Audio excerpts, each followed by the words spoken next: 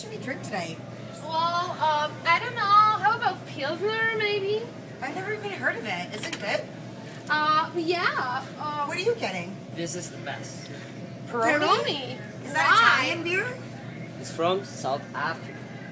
Really? South Africa. But you know what? I've heard that Pilsner is apparently also from South Africa. Really? I didn't know that. Let's try it. Okay. Guys, I think we should get Corona. This is Mexican beer. It's awesome. Of course you would think that. See, what I think is that we get one of those beers that are brewed in the South African brewery, like Peroni or Pilsner. You know what? I love those beers, but I can never find them in the market. I know, lately it's been difficult. I wonder why. Okay, let's wonder.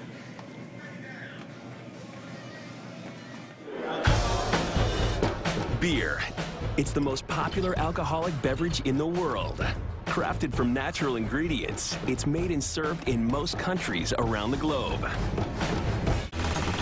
There are over 3,000 breweries in Europe and another 1,400 in the US alone. Their sizes vary from small microbreweries that produce less than 15,000 barrels per year to the larger independent brewers known as craft brewers, who make up to 2 million barrels. Over 42 billion gallons are produced every year.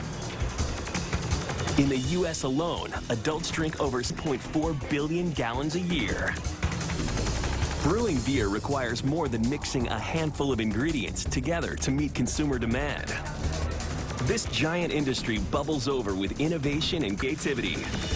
Competing side by side with the big brewers are a unique class of fearless craft brewers, and even thousands of die-hard beer lovers who cook beer up at home. So what do you think? What are the challenges of implementing an improvement program in a developing country? Well, first of all, usually the infrastructure is very poorly developed. That slows significantly all the logistics operations and doesn't ensure the sustainability of the business. That's right. And what's more, underdeveloped communication network causes problems with free and rapid flow of information. Correct. And another challenge is related to different work ethics and standards, I guess. What do you mean by that? Look, a company with global operations needs to work with various kinds of people. However, almost every country has different work ethics and standards. So, if the company wants to implement improvement program in a developing country, it needs to adapt to new working environment.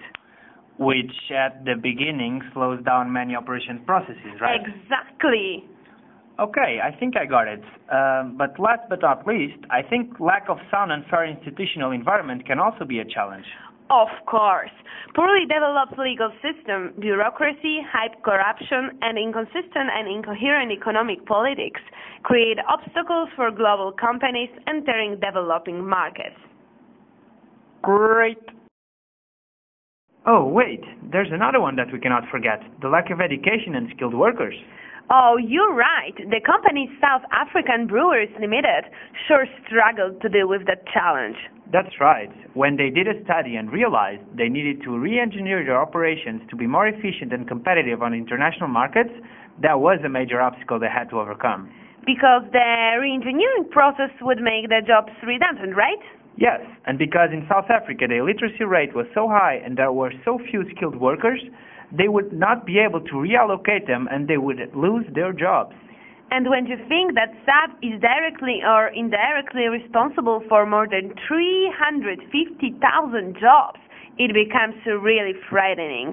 But fortunately, their innovative project NOAA allowed them to support their employees at all levels, helping them move to alternative employment and entrepreneurial activities.